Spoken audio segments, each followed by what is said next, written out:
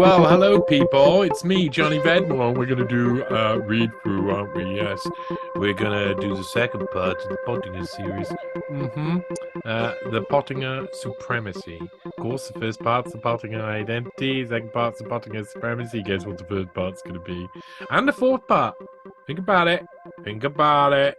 Think about it. Research it. Oh, I understand. Yeah, you'll get it. I'm not just talking about, I'm talking about what the fourth part will be. I think people can understand if they understand the pattern. The pattern's pretty easy. Okay, right. So, Pottinger Supremacy. Very important piece of work on my part. I did something that was unexpected. It was a bit like the whole Pottinger series was like the first part's about finding out who the young Stanley Pottinger is. John Pottinger, his father, David Forbes Pottinger, his brother, and then all of these amazing things that happened. He was involved in Watergate, in Kent State, in Wounded Knee, in the assassination of Orlando Letelier, assassination of Martin Luther King, as part of the Justice Department, head of civil rights, stamping the official narratives onto the story and saying, yes, no conspiracy to be found in the murder of Martin Luther King, even though we know that there was a conspiracy. Yes, no conspiracy found in the Kent State massacre. There was no order to fire. There seems to be an order to fire.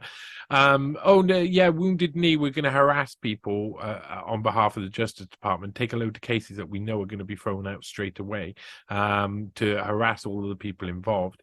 Some people are just going to die. Some people on Wounded Knee, after Wounded Knee, just die. Yeah, and I'm not talking about the 1890 Wounded Knee.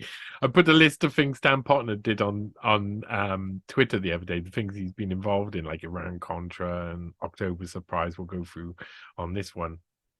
But I put all of the many things, and someone said, well, he couldn't have been involved in Wounded Knee because that was in 1890.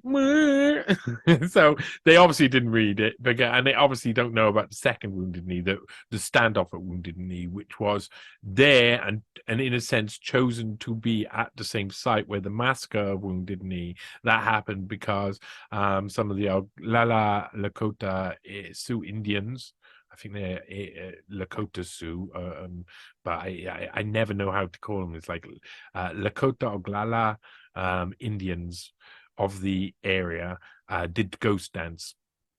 And unfortunately, they weren't allowed to do the ghost dance, and in come the American army, and they savaged them, literally destroyed them, killed 300 man, woman, child, buried them in a big pit.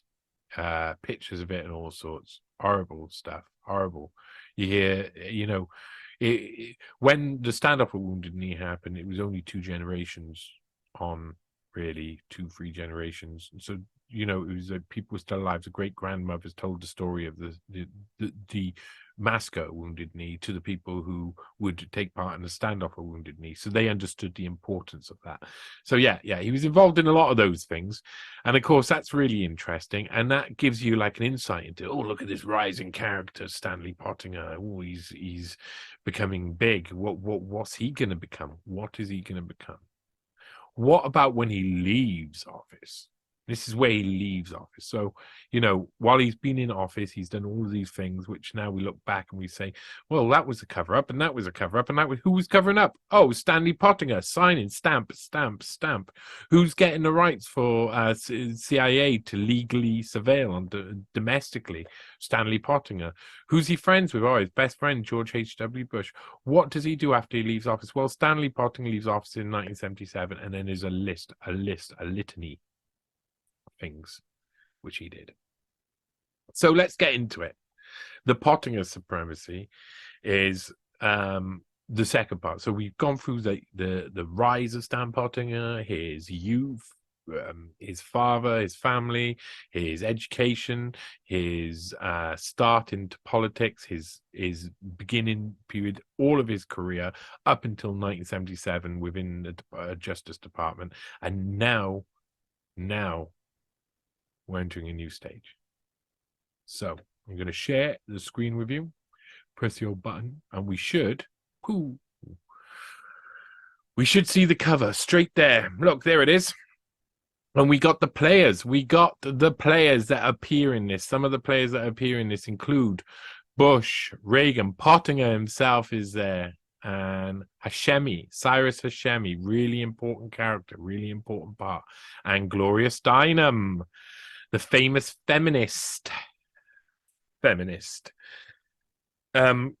Kept everything moderate, kept no, all of the individual feminist voices that are all conflicting with a moderate view of feminism that doesn't push boundaries out of the conversation. Gloria Steinem is she's part, of course, Searching for Stanley, the first series, even though she's in the second episode, she's in the Pottinger Supremacy. I put her in the Pottinger Identity on that one because there's so much in the October surprise, the Iran Contra stuff, that I think it's going to take a while in the second documentary. And Steinem may have a couple of parts in the end, who knows. I am currently deeply investigating this lady, and we'll talk about that at the end, because I've come across some, I mean, with the help of people in the background, when I do investigations, some people come to me with information about who I'm doing an article about. Some people I know, and some other people who desperately want to let something be known that wasn't known before. So I know a load of things about Steinem. I'll just say that. Let's hide these floating meeting controls so I can flick between, because look, there you go. There's the gang all there. And that's the article. Flick onto the article. Of course, you can read this over at NEWSPASTE.com. NEWSPASTE.com, which is my central base of operation. This is my baby, where you can become a patron and you could buy me a coffee.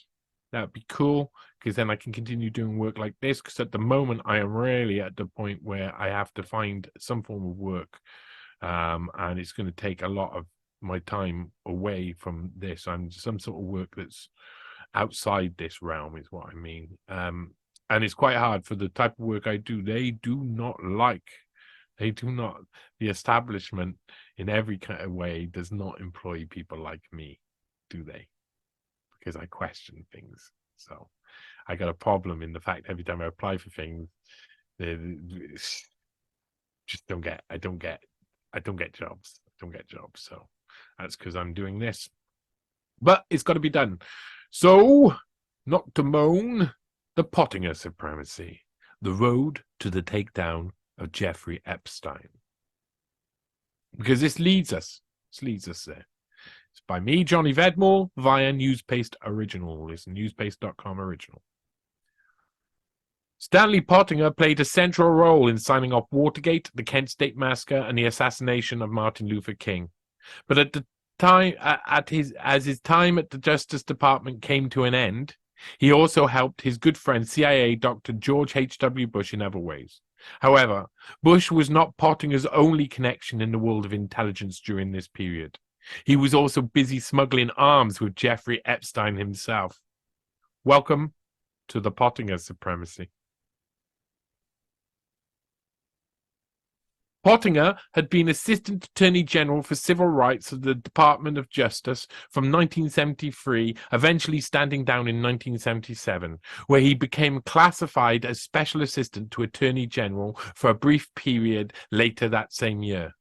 In that position, Pottinger was allowed to stay on under the Carter administration and to finish his official investigation into the Watergate scandal. During the years which were to follow, Pottinger first worked as an attorney on behalf of very large companies, as well as some other rather sinister individuals, before going into banking soon after. However, during this period of Pottinger's life, his association with a certain three-letter intelligence agency became unbearably obvious. As J. Stanley Pottinger left government service, his mentions in the annals of history decrease. He was no longer the public face of an influential government department. Instead, he moved on to join a reformed private legal practice, which was still finding its feet.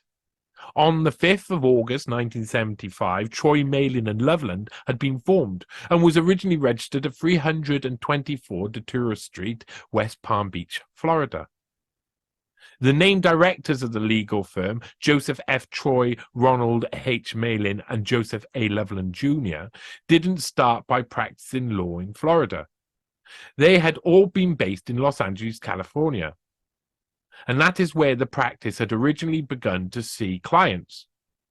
Within a couple of years, Loveland Jr. became a director, vice president, and general counsel for the hotel chain Ramada Inns, later going on to manage other successful enterprises. And by 1978, his old legal firm had been reformed into Troy, Malin, and Pottinger, TMP. In 1978, the State Bar annual report of Troy, Malin, and Pottinger listed 10 shareholders as part of the law firm, but by the following year, TMP only registered 2 shareholders, Troy and Malin, leading to an eventual court case in 1984 to establish who actually owned shares in the firm. The King of Compliance. The Bank Secrecy Act, BSA, also referred to as the Currency and Foreign Transaction Reporting Act, was passed by the U.S. Congress on the 26th of October 1970. The act had been successfully pushed forward due to the efforts of Republican or Representative Wright Patman, a Democrat of Texas, who in the early 70s was the chairman of the House Banking and Currency Committee. The law required financial institutions in the U.S. to assist American government agencies in their efforts to detect and prevent money laundering. In July of 1972, after an 8-month delay, the Treasury Department officially put the BSA-related regulations into the Federal Register, which enabled the law to take effect. However, by the 1980s, many institutions hadn't changed their behavior, with various groups claiming that the Act violated Fourth Amendment rights protecting against unwarranted search and seizure, along with Fifth Amendment rights protecting due process. In 1977, the Treasury Department was pushed into action on enforcing the measures with the banking sector, and the following year they were reportedly ready to take action. In a New York Times article dated 23rd of January 1978 entitled U.S. After Lapses Enforcing Banking Secrecy Act, announced the action had been taken against various organizations, stating the Treasury, which last year fined Gulf Oil $229,500 for failing to report money it brought into the United States, is expected to bring further action against other corporate violators, including Lockheed and Phillips, according to congressional sources. The article, written by Jeff Gerth, noted the recent troubles experienced by, among others, Chemical Bank, which in 1977 had been indicted on 445 counts of failure to report $8.5 million in cash, which they had moved into the U.S. Gerth writes that many banks were also guilty of moving cash which involved laundered funds of suspected narcotic traffickers. To tackle the growing risk of more serious indictments, companies such as chemical banks were looking for legal representatives who had significant and confirmed influence with the government.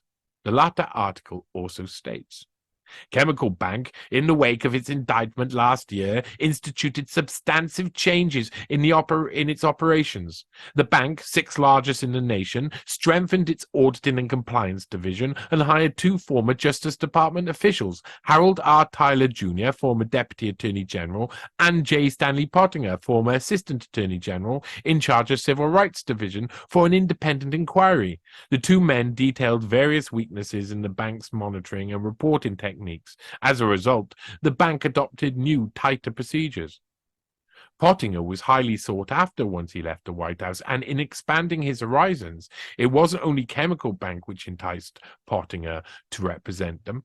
After all, as advances in communication technology increased exponentially, so did the risk of negative public exposure with the potential to cause a scandal for any famous brand. This gave large corporations the impetus to revitalize their public image by creating highly skilled integrity checkers to examine their company's procedures for any potential significant issues. By early 1978, Pottinger had seen a growing gap in the market. The Atlantic Constitution reported on the 7th of May 1978 that one government source who has been closely tracking the upsurge in so-called corporate integrity investigations estimates that fully 1/4 of the nation's Fortune 500 businesses have hired outside lawyers or financial detectives in an effort to rid themselves of everything from dishonest executives to infiltration by organized crime. The article goes on to say, recently, for example, J. Stanley Pottinger, former head of the Justice Department, Civil Rights Division, formed one such company in Washington with John Ozwecki, the hard-nosed former head of the Intelligence Division of the Internal Revenue Service. When Pottinger's law firm is hired to probe a large corporation, he simply contracts with his own company to do the actual investigative legwork. Pottinger had created a company with a former intelligence chief, offering large corporations internal investigations that could potentially reveal awkward revelations and prevent public exposure. This seemed to be where Pottinger shone the most.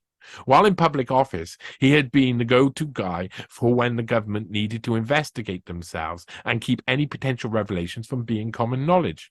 In relation to the Kent State shootings, Watergate, and the assassination of Martin Luther King Jr., Pottinger had not only spearheaded the investigations, he had also been responsible for the official cover-ups.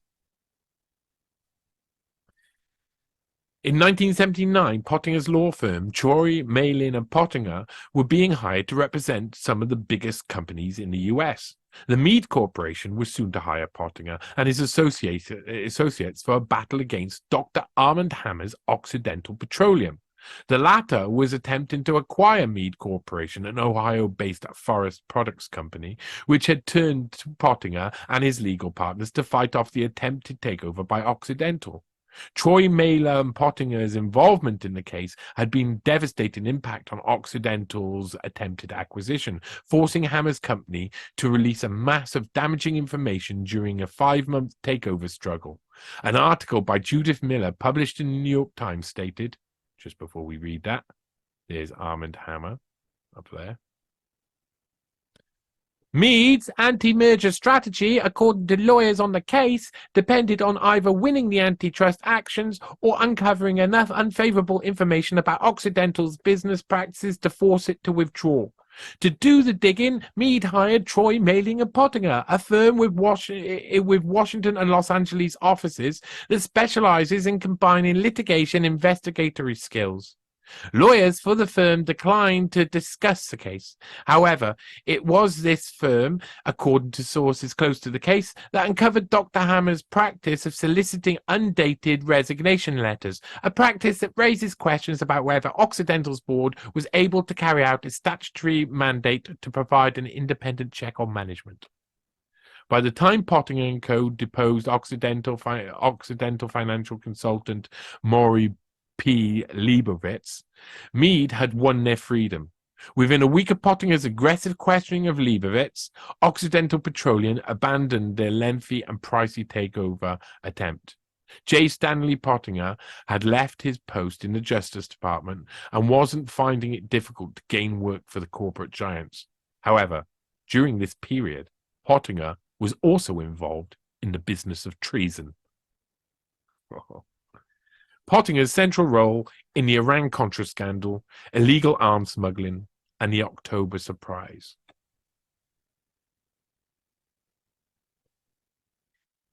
Pottinger's connections to U.S. intelligence agencies had become glaringly obvious by the start of the 1980s. In office, he had helped cover up various brazen crimes committed by three-letter American intelligence agencies. During this period, Pottinger had also teamed up with former intelligence head from the Internal Revenue Service. But it is his many connections to the CIA which really stand out. As previously mentioned in part 1 of this series, The Pottinger Identity, J. Stanley Pottinger had made sure George H.W. Bush's CIA had gained the authority to begin limited domestic surveillance activities after the assassination of Orlando Letelier. But Pottinger was doing it a lot more behind the scenes, and he was being watched. To an outside observer, Pottinger appeared to be involved with his own political ambitions during 1980. Running unsuccessfully as a Republican candidate in the Baltimore 8th District of Bethesda, he was also given public donation to political candidates, including 1980 presidential campaign, including contributions of $1,000 to Edward M. Kennedy's campaign, as well as $250 to the campaign of George H.W. Bush. If it wasn't his own political ambition which saw Pottinger make the newspaper in 1980, it was his relationship with the infamous feminist Gloria Steinem. Steinem, who also had many links with the CIA by this period, reportedly helped Pottinger decorate his new house on Hemsdale Road in Bethesda. The interior decorator employed by Pottinger for this task was a contractor named Shelley Grant Gambler, who failed to complete the work, with Gambler's business declaring bankruptcy soon after taking contract and leaving Pottinger as one of several creditors. Pottinger requested that his case against Gambler should take precedence over the other creditors in the bankruptcy case because he claimed Gambler had defrauded him. The case was unusually handed over to the U.S. Attorney's Office so that they could examine the agreement. If found guilty of fraud, Gambler was facing 5 years in prison and a $5,000 fine. However, in return for Pottinger dropping the case, Gambler offered him a $5,000 promissory note, which Pottinger accepted. Pottinger dropped the case against Gambler, but claimed that the decision not to continue with the claim was nothing to do with the promise of $5,000 he had received from Gambler. Throughout 1979, Pottinger had become a veritable man about town, often seen at the trendiest clubs hanging off the arm of his girlfriend, Steinem.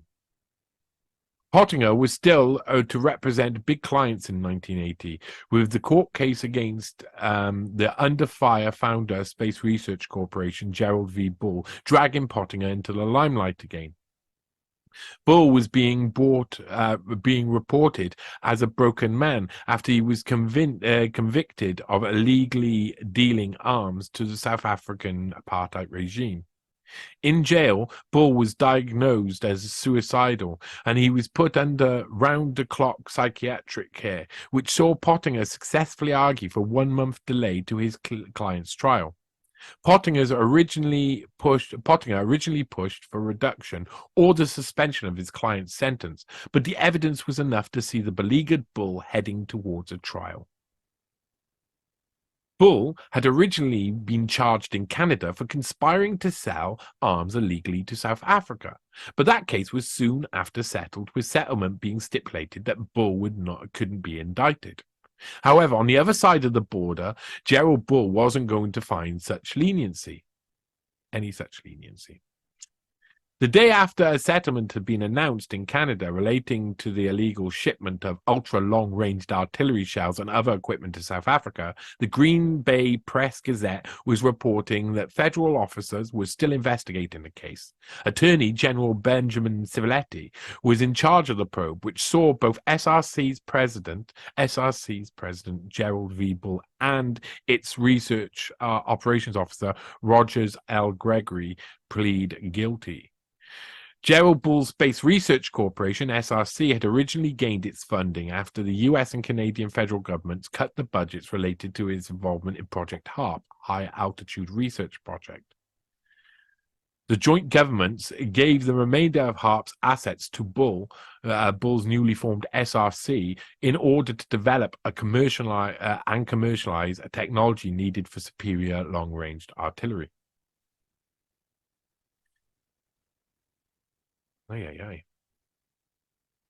SRC's client list contained various nations which were swamped with controversy, with the authoritarian governments of China, Chile, and South Africa being among their main customers. Bull had also supposedly been boosted by the CIA support for some of his projects. South Africa was seen by the US intelligence agency as a potential bastion against Soviet infiltration of Angola, with the CIA even being rumored to have successfully persuaded South Africa to invade Angola at the start of their civil war in 1975. It was after the UN mandatory arms embargo prohibiting the export of arms to South Africa was introduced in 1977 that Bull, again rumored to be encouraged by the CIA, supplied the apartheid regime with gun barrels and 30,000 shells, which cost more than $30 million. The shipment of arms was delivered on the MV Tugaland with the cooperation of Israeli military industries. Gerald Bull was eventually murdered in 1990. It is believed that his death was at the hands of the Mossad. During this period, the US Embassy... I can't scroll down at the moment. Sorry, my mouse is being funny. During this period, the US Embassy in Iran had been the center of the news since the 4th of November 1979, when pro-Khomeini demonstrations turned protests into a siege of the embassy itself. What ensued, now referred to as the Iran hostage crisis, did not end for 444 days, finally finishing on the 20th of January 1981. The US Embassy hostage siege in Tehran had made public diplomatic options between Iran and America limited. On the 7th of December 1979, J. Stanley Pottinger wrote to Warren Christopher, who was then Deputy Secretary of State. The letter was on behalf of Cyrus Hashemi, Pottinger's client at the time, and contained a memorandum from Hashemi which stated the issues he believed Iran was most concerned about. The letter also suggested that Hashemi was in frequent contact with the various important players within the Iranian government and that he would be happy to become a conduit to help end the crisis via secretive diplomacy. Hashemi had been busy. He had also made contact with Ramsey Clark, who was the former Attorney General and was teaching courses at Howard University School of Law, as well as being an associate of the New York law firm Paul Weiss, Rifkin, Wharton, and Garrison. Clark had been told by Hashemi that he was hopeful in arranging a meeting between Khomeini's nephew and a U.S. representative. Ramsey Clark informed Harold Saunders, who was heading up to the Iran Working Group, IWG, which had been set up by the State Department specifically to monitor the situation. On the 12th of December 1979, Saunders met Hashemi in Pottinger's office, where the Iranian recommended that U.S. develop channels of communication with people such as himself, claiming he had no particular political ambition, while also suggesting that U.S. representatives chosen could also meet with Ayatollah Pasandide, Admiral Madani, who was a high-ranking member of Iran's armed forces, or an Iranian economist named Dr. Mahmoud Moini. Hashemi pushed his agenda, but the IWG soon concluded that the Hashemis may be serving his own personal interests. Maybe serving their own personal interests, it should be. Making note that Hashemi might be seeking to avoid lawsuits. As Cyrus Hashemi's proposals worked their way up the political food chain, there was still much skepticism. However, the Secretary of State at the time under Jimmy Carter, Cyrus Vance, shelved his own doubts and recommended secret exploration of Hashemi's proposals. On January 2nd, 1980, Saunders again met with Pottinger and Hashemi, but this time Dr. Moini was present as a representative of Khomeini's nephew. Alongside them was Cyrus Hashemi's stepbrother, Muhammad Ali Balamayan Hashemi, known commonly referred to as Jamshid, but who also used various false identities, which included being called Abdullah Hashemi, Jamshid Kalaj, and Jamshid Pasa. Jamshid Hashemi offered to establish a direct line of contact to Ayatollah Pasandide and Khomeini so as to help resolve the hostage crisis.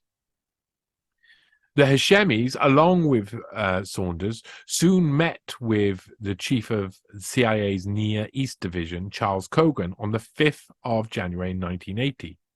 At this meeting, the Hashemi brothers also claimed to be representing Admiral Ahmed Mandani, who was running for president of Iran. Jamshid Hashemi explained that he was fully mandated by Mandani to seek election campaign funds from the Americans. The Hashemis were offering something which the CIA craved: access to a potential future leader of Iran, Admiral Mandani. And the agency saw the Hashemi brothers as a key to forging this secret alliance. As of it's again hard to move this mouse, sorry. As often happens with the CIA, what begins as a diplomatic channels open to resolve a crisis soon becomes a potential opportunity to enact an American-aligned military coup. Hashemi promised Kogan that if Pasandida mediation efforts resulted in failure, and if Mandani was not elected president, the hostages would be freed by the military action Mandani would take to overthrow the current regime. Kogan gave the Hashemis $500,000, saying there was no strings attached, but requested an accounting of how the funds were spent, and stipulated that the hostages had to be returned unharmed. Kogan attempted to deliver them the cash on the 17th of January 1980 to the same New York hotel in which the original meeting had been held, but the Hashemis refused to accept the cash and instead insisted on a wire transfer. The money was to be moved from a Swiss bank account to an account in London. However, by the 7th of February 1980, CIA officers had determined that Jamshid Hashemi was a trafficker in intelligence to whomever would buy it, and was dishonest and trustworthy beyond belief. They also accused Jamshid Hashemi of exaggerating his contacts with Mandani, and accused both the Hashemi brothers of holding back 90% of the funds meant for the presidential campaign. The CIA demanded that the brothers give a full accounting of how the funds were used and terminated their relationship. Mandani lost the election, and Kogan estimated that $100,000 had been used for the operation. The Hashemis returned $290,000 of the fund and in the form of a check which they delivered to the private offices in Washington of J. Stanley Pottinger. By late February 1980, the CIA had completely cut off contact with the Hashemis, but their investigations had also uncovered substantial information about fraudulent business dealings by the brothers. Even though the CIA had concluded that the Hashemis were unreliable, mainly due to the behavior of Jamshid Hashemi, his brother Cyrus was not intending to give up. In late February, Cyrus Hashemi reported to the State Department that Reza Pasandeda was to meet with him and Pottinger in Europe. Saunders briefed Pottinger with just enough to give him innocent but cogent questions, which could help determine whether or not meeting with Pasandeda would truly be beneficial. The meeting eventually happened in Madrid on 2nd of July 1980, with Hashemi, Pasandeda, Moini, and Pottinger gathering at the Hilton Hotel. Pasandeda told him that he was there because key people around Khomeini wanted to end the crisis. The Office of Historian holds a number of documents concerning the Iranian hostage crisis. One of them, entitled 310 Memorandum from Secretary of State Muskie to President Carter, which is dated Wednesday, the 3rd of July 1980, states, "We have just received a report of a meeting yesterday in Madrid between Khomeini's nephew, Reza Pasandeda, the son of Khomeini's older brother, and Washington attorney Stan Pottinger. The meeting was arranged at Pasandeda's request. According to Pottinger, Pasandeda claimed to be acting as Bani Sadr's emissary. He stated that Bani Sadr was now interested in beginning talks in Europe between his representatives and US representatives to discuss a possible settlement, including release of the hostages. However, it appears that negotiations which took place in Madrid were not seen by Iranians who were present as involving representatives of the sitting political leader of the US President Jimmy Carter. Instead, Pasandeda eventually saw Abul Hassan Bani Sadr, told Abul Hassan Bani Sadr that he was meeting Mr. Reagan's envoys.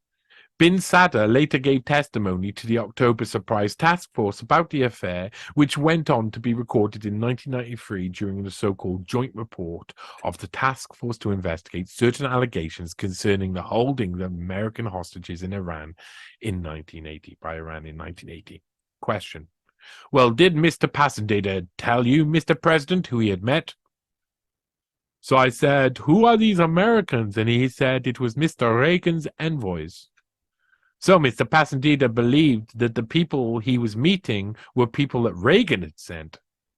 Yes, quite, because he told me that if the deal is not made with you, then they'll make the deal with your rivals, and with Mr. Carter, they will already be in contact. They had 3 different channels of communication with President Carter. Those 2 French lawyers, the Swiss ambassador and the German ambassador, so it wasn't worth talking about that with Mr. Passendater. So you're, just for the sake of summarizing so that I clearly understand it, Mr. Carter has 3 channels open to you. Mr. Passendater, at Khomeini's behest, meets with 2 people in Madrid, Mr. Hashemi and Mr. Pottinger. You believe that when Mr. Passendater met with them, all they did was discuss negotiations on behalf of Mr. Reagan and not Mr. Carter. Is that right? Uh-huh. It appeared that Pottinger wasn't really concerned for the best interests of the US hostages being held at the Iranian embassy, but was instead playing a complex political game on behalf of his beloved Republican Party, and it shouldn't be a surprise. Reagan was running alongside Pottinger's good friend George H.W. Bush, and, as we have already seen in the case of Orlando Letelier, Pottinger was willing to bend or break the rules to help Bush. Pottinger was also still harboring some political ambition during this period, and may have also coveted a position in Reagan's administration if he could help make this operation a success. When the 1993 October Surprise Task Force needed to understand and track the meetings which happened during July 1980, Stanley Pottinger was happy to supply them with his telephone records and usually confidential attorney timesheets. Pottinger's client-attorney confidentiality, as far as Cyrus Hashemi was concerned, was no longer an issue, as by 1993, Hashemi had already died in London 7 years prior after becoming ill with a rare and virulent form of acute myeloblastic leukemia, which had been diagnosed only 2 days before his death. There he is, Stan Pottinger in 1975. In an article titled US Targeted Key Iran Deal Figure. So this is coming out between 84 and 86. All the information about Stan Pottinger's role in Iran-Contra comes up. Pottinger appears in Newsday in 1986 article examining his relationship to Hashemi and Epstein associate Khashoggi. In fact, there was more than one secretive rendezvous in Madrid during July and August 1980 concerning the Iranian hostage crisis involving some of the biggest players of the era. Ari Ben-Menashe, the former Israeli intelligence operator, had testified to having knowledge of 4 meetings in Spain in 1980 between William Casey, who was Reagan's campaign manager at the time, and who was later rewarded by becoming the head of the CIA in January 1981, and Mehdi Karoubi, an Islamic Republican Party bigwig. Ben-Menashe went on to state that 3 of the meetings took place in Madrid, and the last of them was held in Barcelona. Of these meetings, the first 2 were said to have taken place between February and May, and the third at the end of July, and the final meeting in August. The claim that William Casey went to Madrid at the end of July was disputed afterwards, as mentioned in Whitney Webb's One Nation Under Blackmail, Volume 1, which states, According to Jamshid, Casey,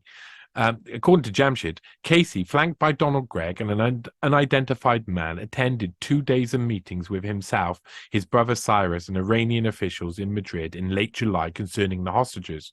Much of the debate relating to the October Surprise Task Force revolved around Casey having been in London for World War II historical conference on the day which he was alleged to have been in Madrid.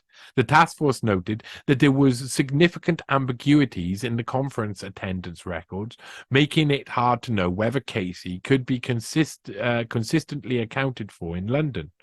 Madrid is only an hour and a half from London by plane, conceivably giving Casey enough time to move between the cities in a relatively insignificant amount of time, while the media soundly rejected the possibility that this occurred. The State Department cable later emerged from this precise time period, stating that Casey had indeed been in Madrid for purposes unknown. Webb also points out there was more than just one Reagan campaign grandee staying in the same hotel as Jamshid, stating, there was another name that appeared in the guest record alongside the probable aliases of Jamshid Hashemi. On July 23rd, a Robert Gray checked into the Hotel Ritz, and on July 25th, he checked out. Was Robert Gray actually Robert Keith Gray? Speculation swirled in the media as Gray, at the time, was working on Reagan's campaign directly under Casey. By 18th of September, Saunders advised the Iran working group that Pottinger had contacted him to advise him that Cyrus Hashemi had been offered a special position by Rafsanjani, the Speaker of the Majlis, who wanted him to be one of two advisors to the Special Parliamentary Commission, which were considering the hostage crisis. A week later, Saunders again reported on Pottinger and Hashemi, saying that they were trying to work Hashemi back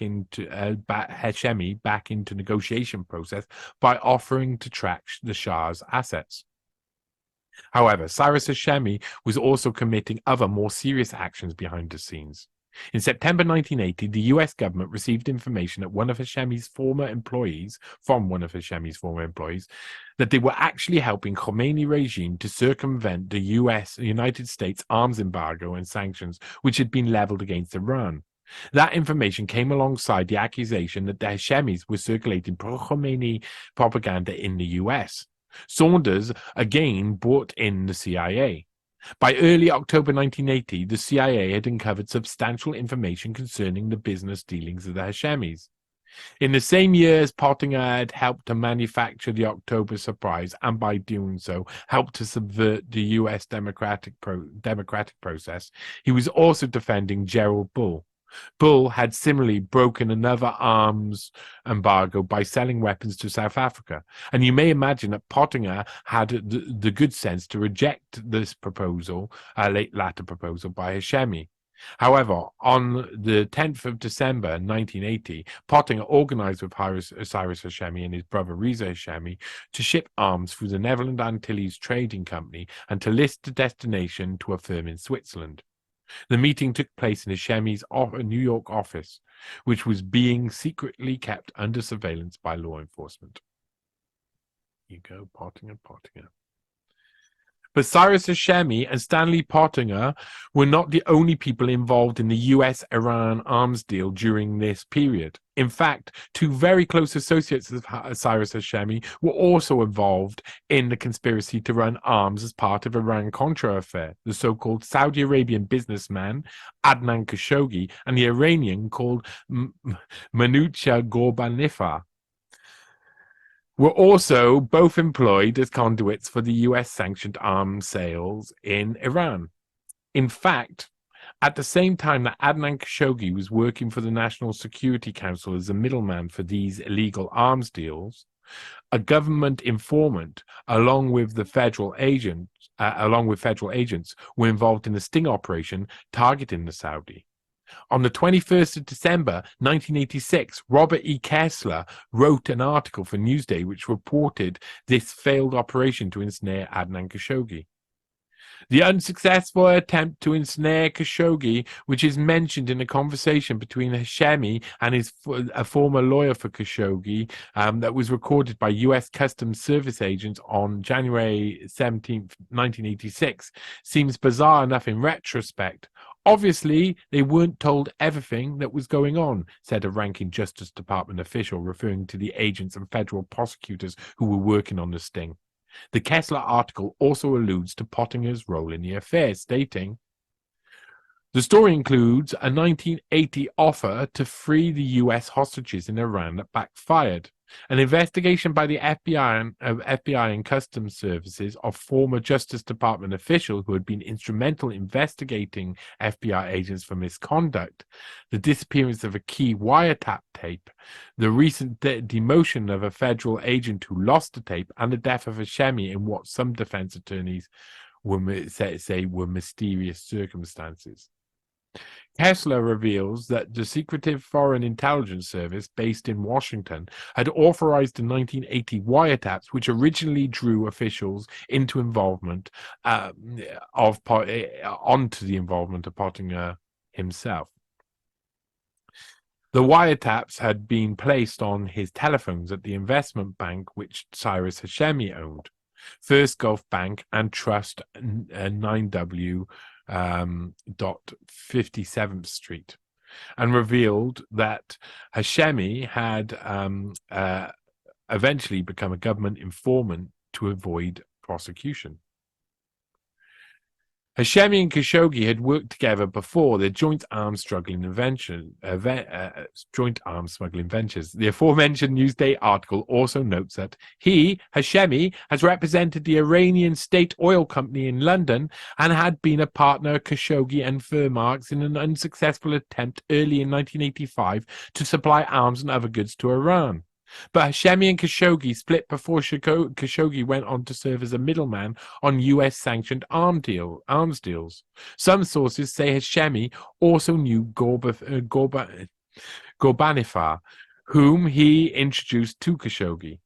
Even though the article initially only alludes to the former Justice Department officials' involvement in the affair, Kessler eventually names Pottinger. The article reads, when Pottinger was in the Justice Department, he was instrumental in seeking to indict about 60 FBI agents for illegal break-ins at the homes of friends and relatives of alleged members of Weather Underground in the New York area. He was also the boyfriend of feminist Gloria Steinem. Cases were eventually brought against only 2 ranking FBI officials in connection with the break-ins. The 2 were tried and convicted but pardoned by President Ronald Reagan. In 1980, sources familiar with Pottinger's role said he was not only Hashemi's lawyer, but also a business associate, having invested $100,000 in a merchant bank Hashemi was starting in London. While J. Stanley Pottinger was representing Cyrus Hashemi in 1980, Adnan Khashoggi was also being taken on as a client by other big players with strong intelligence agency connections, as reported in Whitney Webb's One Nation Under Blackmail. Cohn and Gray reportedly knew each other, but the exact nature of their relationship was difficult to discern. They were, however, most certainly intimately acquainted during Ronald Reagan's 1980 presidential campaign, when both men worked closely with William Casey, who was the campaign manager and subsequently Reagan's CIA director. Shortly after the campaign, Cohn, Gray, and Jeffrey Epstein would all take on arms dealer Adnan Khashoggi as a client at the dawn of the Iran-Contra affair. In fact, J. Stanley Pottinger, one of the lead lawyers now representing many of the victims of Jeffrey Epstein and Ghislaine Maxwell, organized a significant part of Iran-Contra affair and benefited from the illegal sales of weapons alongside Cyrus Hashemi, Adnan Khashoggi, and Jeffrey Epstein itself. It's also during this period which Stanley Pottinger later admits first working with Jeffrey Epstein, but that will be covered in the 3rd part of this series. By 1980, J. Stanley Pottinger had clearly become a high-level intelligence operative working in partnership with the CIA, dealing with some of the most sensitive issues of the day. But Stanley Pottinger wasn't only living like James Bond professionally speaking. He even had his own pussy galore. In 1974, while Pottinger was responsible for the official investigation into the FBI's illegal surveillance and harassment of Martin Luther King Jr., as well as the Kent State Massacre, he reached out to one of the leading feminist voices of the era. As well as the investigations into potential state-sponsored murder, Pottinger was also responsible for sexual discrimination charges, which is how we met. Gloria Steinem told Newsday's David Brehems on the 12th of March 1979 edition of the Boston Globe in a piece entitled Steinem at 45 on Life, Love, Self. However, there is much Gloria Steinem hasn't told anyone before, and this investigation will not only look at the more widely reported links Pottinger's long-term girlfriend had to the CIA, but also will look at another event which happened in while Gloria Steinem was being recruited by a Central Intelligence Agency in 1958, which has been almost completely wiped from history. How the man disguised himself as a feminist icon. Oh God, here we go again. Got a problem with my mouse. How the man disguised himself as a feminist icon. Steinem had been born to Leo and Ruth Steinem, and from the age of 10 until 17 years old, she was brought up in Toledo, Ohio. Her father ran a resort in Michigan during the summer months and was described by Gloria herself as in show business of a sort. Eventually, Steinem's high grades saw her win a scholarship to Smith College, where she received her Bachelor of Arts degree in May 1956. It is here where there are notable discrepancies in the official narrative. It is widely reported that Gloria Steinem had been awarded the Chester Bowles Scholarship on graduating from Smith College, which was 2 years scholarship to travel around India beginning in 1956. Steinem seemed to be where the action was wherever she roamed during these years, including riots in Ramnad and revolution in Rangoon. But she also famously befriended Indira Gandhi and the widow of revolutionary humanist and communist Narendra Nath Roy, socialist. It was also during this time that Gloria Steinem appeared to have been surreptitiously recruited to the CIA via an agent she met in Delhi named Clive S. Gray, who we'll talk about shortly. After her tour of India ended, Steinem was also be instrumental in organizing an anti-communist operation at the Festival of Vienna for the CIA. However, during a brief period of time between Steinem being recruited by the CIA in India and organizing the CIA-led effort in Austria, there is another, much more sinister and little reported event which the freshly recruited CIA operative Gloria Steinem was involved with. That event saw Steinem become a key witness and narrative setter in the very suspicious and mysterious death of a high-ranking U.S. Navy officer in the Pacific Ocean. On the 25th of July, 1958, the Daily Times newspaper of Ohio was one of the many outlets to run a syndicated news article on the very peculiar disappearance in a piece entitled "Transferred Admiral Lost at Sea, Suicide Suspected." Rear Admiral Lindsay Quiggle had been in the process of transferring from his post as Deputy Chief of Staff on the Joint Staff Command of U.S. Forces in Japan, where he had also been assigned as a United States Forces Japan representative to a U.S.-Japan Joint Committee, which had been set up under an administrative agreement between the two countries. There he is, Rear Admiral Lindsay Quiggle. Nice name. Again, there you go. Quiggle had been on board the President Cleveland, a steam passenger ship which had originally been constructed for battle during World War II, but by completion in 1947 had been refitted to be a steamliner. The Cleveland had been taking Quiggle and his wife en route to a new base in San Diego, California, where he'd assume command of Amphibious Group 1 of Pacific Fleet. During World War II, he had served on the Iowa battleship, it was used to transport Franklin D. Roosevelt to Allied conference in Tehran. With a prestigious career under his belt, Quiggle was seen as a veritable war hero. A few years before Quiggle's untimely demise, he had also been appointed to the UN Military Armistice Commission in Seoul. By 24th of July, 1958, it was being reported that Lynn Quiggle had probably committed suicide by jumping overboard around 800 miles off the U.S. coast. Remarkably, in two of the syndicated news reports which were published across America following Quiggle's death, Gloria Steinem is quoted as a key witness. In the aforementioned Daily Times article, it stated, Fellow passengers said Quiggle had been acting peculiarly. One, Gloria Steinem, 24, of Washington, D.C., said a ship officer told her Quiggle was heard to say to his wife, "You're better off as a widow." The admiral then kissed his wife and walked slowly from the stateroom, Miss Steinem said. The quote from Gloria Steinem wrapped a proverbial bow around a suicide theory, although his family later argued that suicide was very unlikely. In fact, on the 8th of August 1958, Rear Admiral Lindsay Quiggle's brother was reported as stating that there was no justification for calling the case a suicide.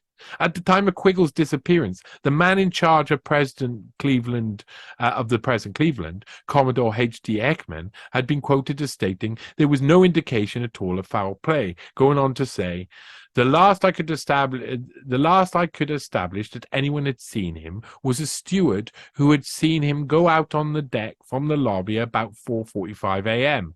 I felt very little could be accomplished by turning the ship around. Lynn Quiggle's supposed last words were repeated in various newspapers over the following weeks, words first reported by Gloria Steinem, a 24-year-old student who was in the process of being recruited by the CIA. The Miami Herald also quoted Gloria Steinem in an article on the 25th of July, 1958, but on this occasion the article gives more detail. Miss Gloria Steinem, 24, Washington, D.C., a student who became friendly with the Quiggles, said she was told by one of the ship's officers that the Quiggles was heard to tell his wife, "You're better off a widow." That was at midnight, Tuesday. She said the officer told her the admiral then kissed his wife and walked slowly from the stateroom. Lynn Quiggle's wife was reported to be in a state of shock and unable to answer any questions, leaving Gloria Steinem, a fresh-faced, newly recruited member of the CIA, to talk to the press and convey her husband's supposed final conversations to the world. What's most astonishing is that on the 11th of August 1958, about 18 days after the tragic disappearance of Lindsay Quiggle, the Hanford Sentinel published an article entitled "Disappearance of Rear Admiral from Aboard Ship Still Mystery," and afterwards there were no mentions of Quiggle. It is almost as though the case was completely abandoned, with Doyle Quiggle, brother of the deceased, stating the skipper classified it as suicide, but he was in no position to do so. The Navy Review Board, which began its investigation as soon as the ship docked, did not produce any evidence of suicide. Lynn Quiggle's brother argued vehemently against the theory that his sibling had committed suicide, stating that there was nothing in his character to justify such a conclusion. Whatever the truth, an effective narrative had been created by Gloria Steinem. Comments where Quiggle's wife had actually, Gloria Steinem's comments, whether Quiggle's wife had actually reported his supposed last words, or whether it was the unreliable second-hand information from a globe-trotting student who had recently been recruited by the CIA, the true circumstances around Quiggle's death were never cleared up, and the case soon vanished from the public eye. Is Steinem admitting that she worked for the CIA, discussing it? 4 years being a CIA agent. She said that herself, as a CIA agent. Steinem talks about this period of her life and even briefly mentions befriending the Quiggles in a book by Sidney Ledison Stern, written in 1997, entitled Gloria Steinem, Her Passions, Politics, and Mystique. The book states, Gloria explains, not only did the crew speak English, they sneaked her above decks during the day so she could mingle with the more privileged passengers. Among them were Rear Admiral and Mrs. Quiggle, and when Admiral Quiggle disappeared en route, the tragedy was the talk of the ship, especially since one of the ship's officers had overheard the Admiral tell his wife, "You'd be better off a widow." When they docked, the captain forbade the crew to speak to the press about the incident, but Gloria had received no such instructions, so she tried to be helpful. She answered reporters' questions and was shocked to find her quoted from Washington to Tokyo. In 1959, the so-called Independent Services for Information, ISI, was set up at Harvard, coincidentally, while Pottinger was a student at the university. The program was created to target European youth attending the Vienna Youth Festival with anti-communist propaganda designs applied and delivered secretly by the CIA. To achieve this goal, the agency required the participation of youth leaders who were well-traveled and capable of persuading young people that communism was the enemy. Steinem is even mentioned in Hugh Wilford's critically important historical masterpiece, The Mighty Wurlitzer, which covers the creation of the CIA and much of the early leadership and development. In a chapter entitled Students, Wilford writes, "It was the fall in 1958, and like many educated young women of her generation, Gloria Steinem was having difficulty finding a rewarding job.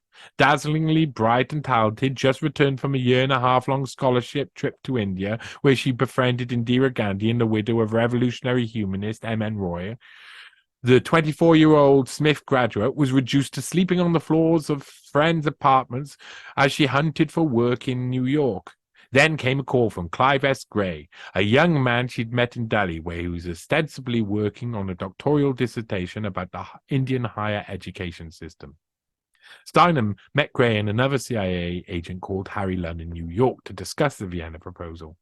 Lunn had also previously been the former National Student Association president, and according to Wilford, fell in love with Steinem.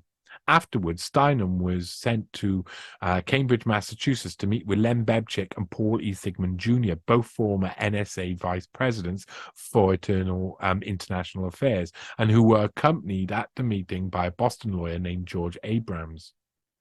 In January 1959, Gloria Steinem took up her post of Director of Independent Services for the Information located on Harvard Yard.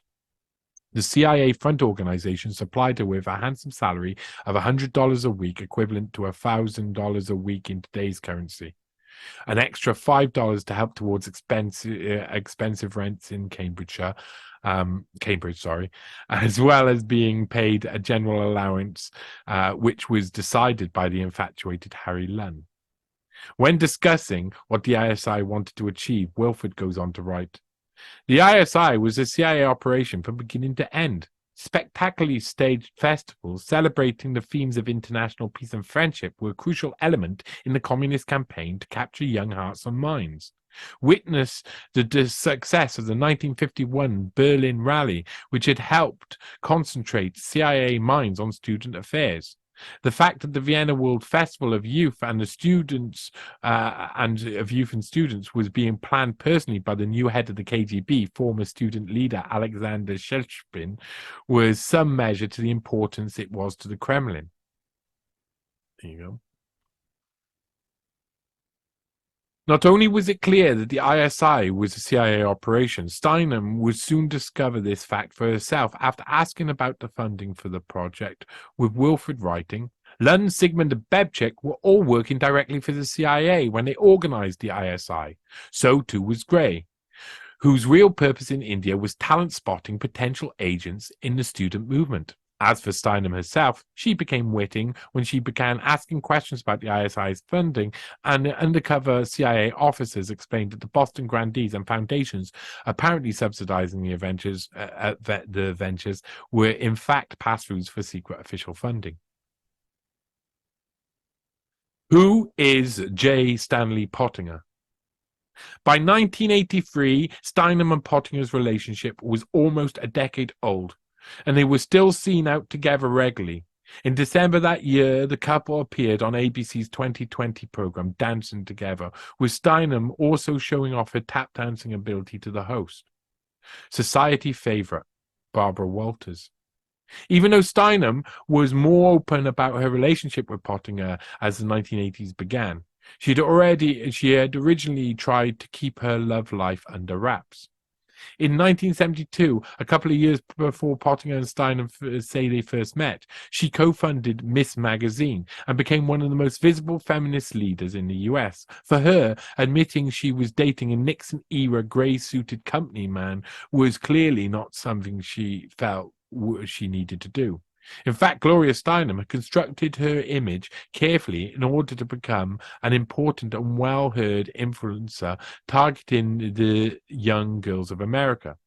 In 1978, Steinem was living with Pottinger and finally opened up to the press about her longtime lover, with the Times Post news service reporting on the 10th of March 1979. Pottinger, 39, former head of Justice Department Civil Rights Division, is now in a private practice specializing in civil rights cases.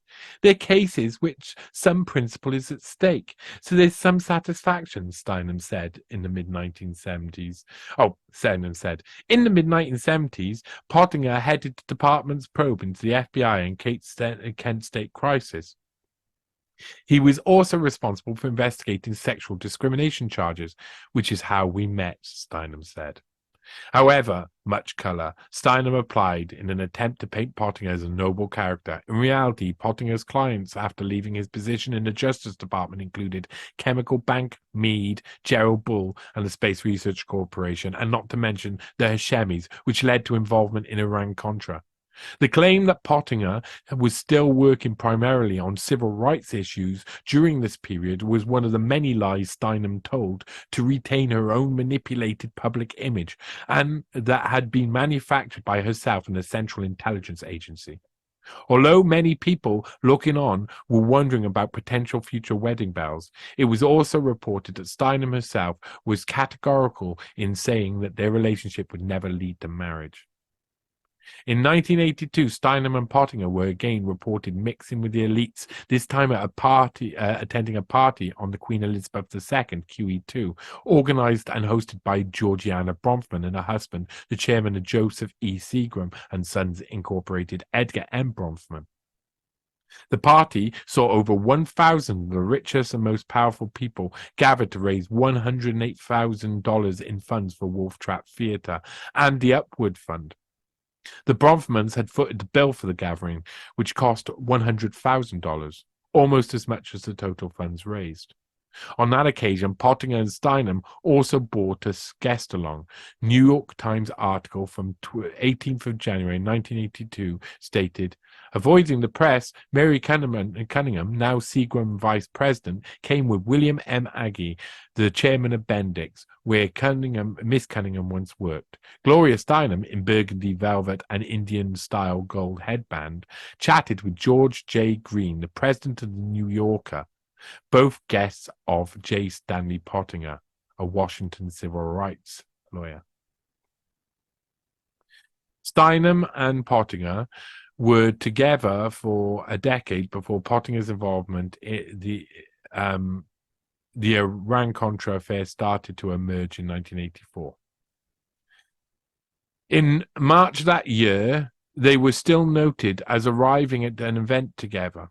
That event being the 50th birthday of Gloria Steinem, which took place in the grand ballroom of the Waldorf Astoria. But after the FBI publicly outed Pottinger as instrumental in the sale of illegal weapons during the Iran-Contra affair, Steinem and Pottinger's own affair soon came to an end. Whether it was all of the attention stirred up by Pottinger's central role in the Iran-Contra scandal, or whether a decade-long relationship had just petered out naturally, Steinem and Pottinger were soon to find new lovers within the establishment, with Pottinger beginning a relationship with Kathy Lee Gifford and Steinem leaving Pottinger's embrace for that of billionaire industrialist Mort Zuckerman. Here he is, Pottinger and Steinem together there. Kathy Lee Gifford, who was still Kathy Lee Johnson when they began dating, was the ravishing co-host of WABC's TV's morning show alongside Regis Philbin. In the Daily News article entitled article dated 29th of December 1985, her new relationship with Pottinger is discussed, stating, she's got a date for sushi with a man in her life for the past year and a half, Stan Pottinger.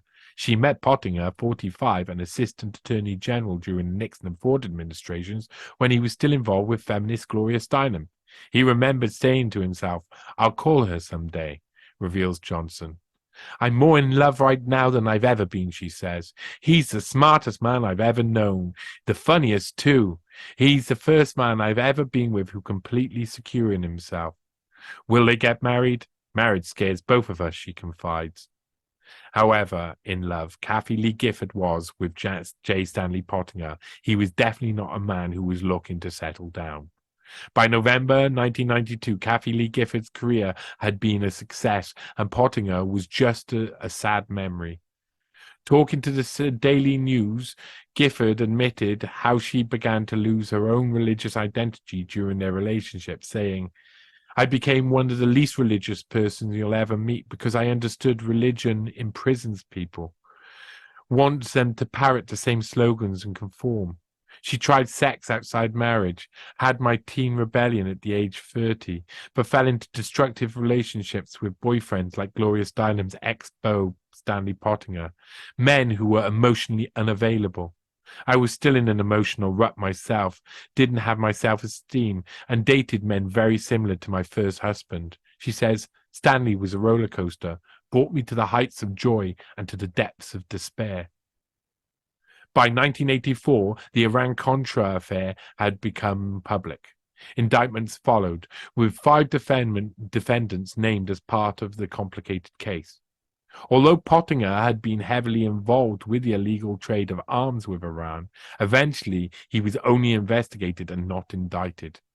On the 19th of July 1984, New York Times article quoted the then U.S. Attorney Rudolph W. Giuliani saying, "The investigation of Mr. Pottinger is continuing. It would be unfair to make a judgment at this point." J. Stanley Pottinger should have been in an awful lot of trouble, and even his own lawyer, T. Barry Kingham, stopped returning phone calls for comment on the case, ignoring 4 from the New York Times alone. The public exposure of the Iran-Contra affair left Pottinger in a very tight spot. In fact, those who were reading the many new articles relating to this break-in scandal during the mid-1980s weren't privy to all the information, and it would be years before the events concerning October Surprise were put under anything close to a proper public scrutiny. Regardless, as the news broke, it was now public knowledge that Pottinger had been central to the illegal sales of arms to the Iranians, yet he wasn't indicted. In reality, the Iran-Contra affair was a very complex series of events, with many subversive individual actions which still remain unknown. To avoid potential criminal prosecution and various difficult questions which were being asked, Pottinger moved to Mexico for a while, at least until the dust settled. If Pottinger's role in Iran-Contra and the October Surprise were fully investigated during this period, this would have undoubtedly led to further questions about his role in creating the official narratives around Watergate, the assassination of Martin Luther King, and the Kent State Massacre, not to mention his involvement in cases such as the standoff at Wounded Knee, Orlando Letelier, and authorizing the CIA's domestic surveillance of U.S. citizens, as well as the Nixonian desegregation policies in general, while Pottinger was the director of the Office for Civil Rights. J. Stanley Pottinger had gained public recognition throughout the 1970s, being the official face of the emerging and evolving section of the Justice Department. However, by the 1980s, Pottinger's public face had almost completely vanished, only to be replaced with the shadowy features of an intelligence asset. By March 1989, the state newspaper of South Carolina were asking, "Who is Stanley Pottinger?" but without being able to give any real answers, as the true face of J. Stanley Pottinger will not be found in the public archives. In the 3rd installment of The Road to the Takedown of Jeffrey Epstein, we explore Pottinger's life from 1990 onwards. The coming article will present you with previously unreported information. I'm expecting various people involved in this case to begin to fundamentally change parts of their story as the information begins to be anticipated and revealed. The direction of this series is clear to those who have insider knowledge. At this point, anything could happen. Thanks for reading, and please support my work. Your support gives me breath, wakes me up, helps me to write. And that's true. And at the end of the article, if you want to read it, there's links, of course, to the next one. And there's also Rumble video of me and the Schism podcast boys going through each part of the sources for the Pottinger Supremacy. There you go. Where it was summer. It was summer when I was writing this, so it's only fair I was in sunglasses.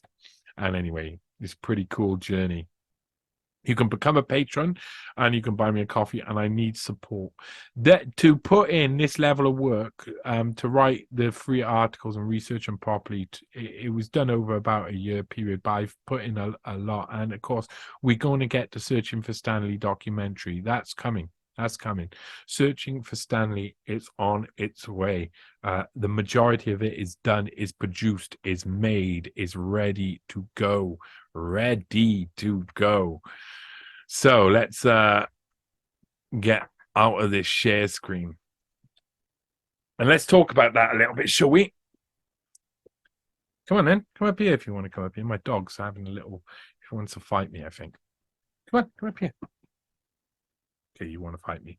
I'm just going to put my hand down while my dog bites it. Because that's what she wants, apparently. So that was the Pottinger Supremacy. And what's really intriguing about the Pottinger Supremacy is that you go from this new world. Now, it really does tie in with that Bourne identity, Bourne Supremacy, Bourne Ultimatum. You know, the first movie is about amnesia, which his brother gets, and the rise of Jason Bourne and stuff, and his first things that happen, and introduces you to the character and tries to make you realize that you're looking for his identity. And the second part, it shows you the intelligence side of the things and how they're all scrambling for stuff.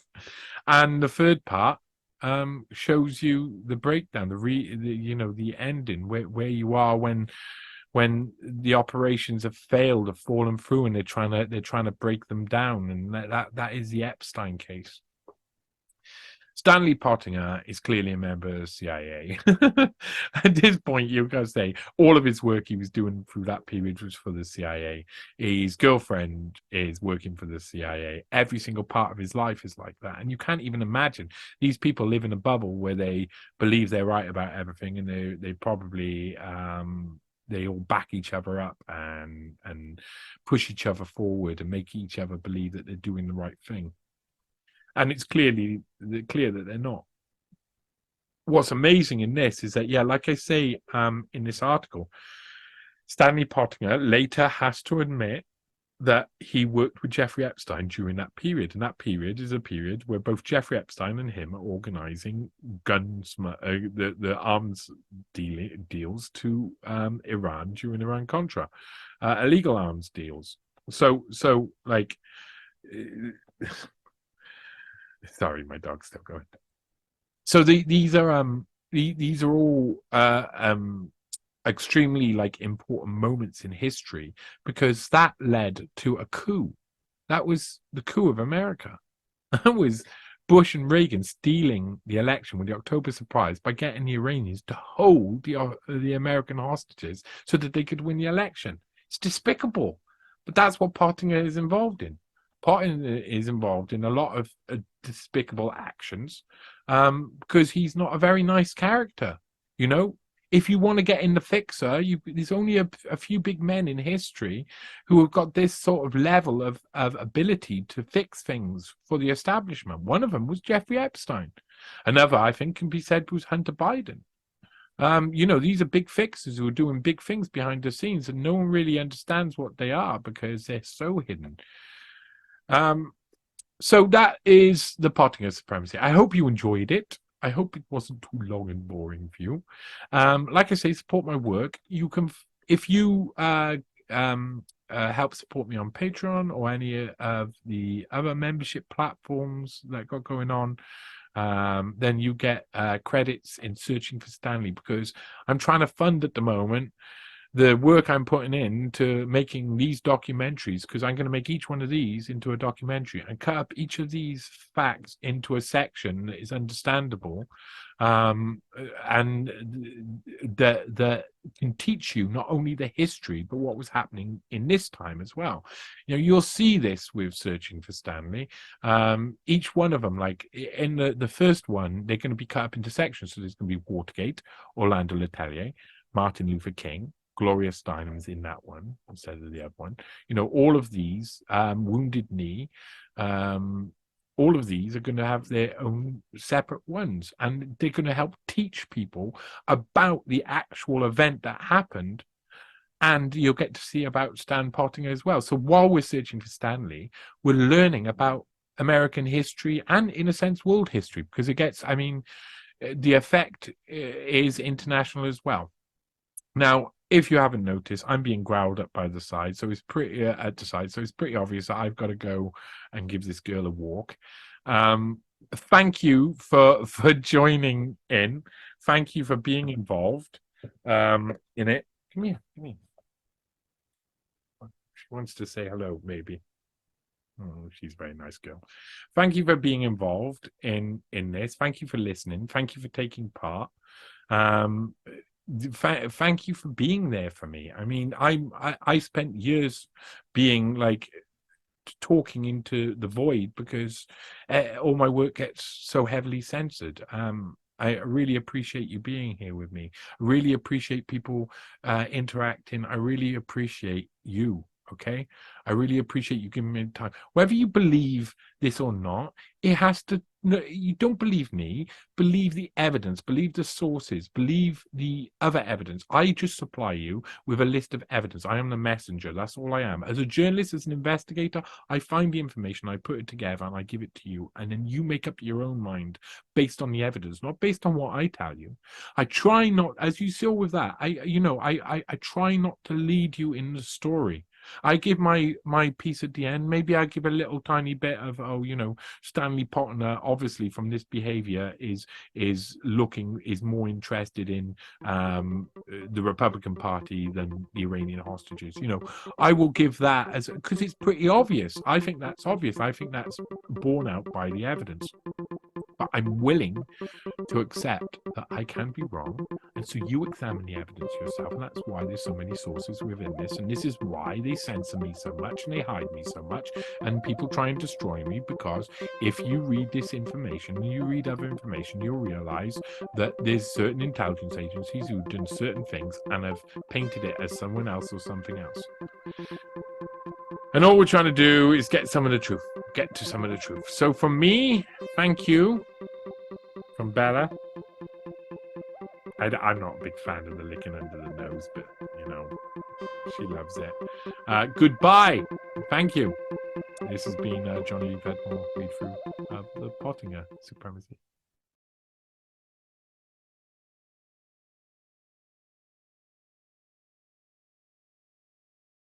Young generation, like Prime Minister Trudeau, President of Argentina, and so on, that we penetrate the cabinets.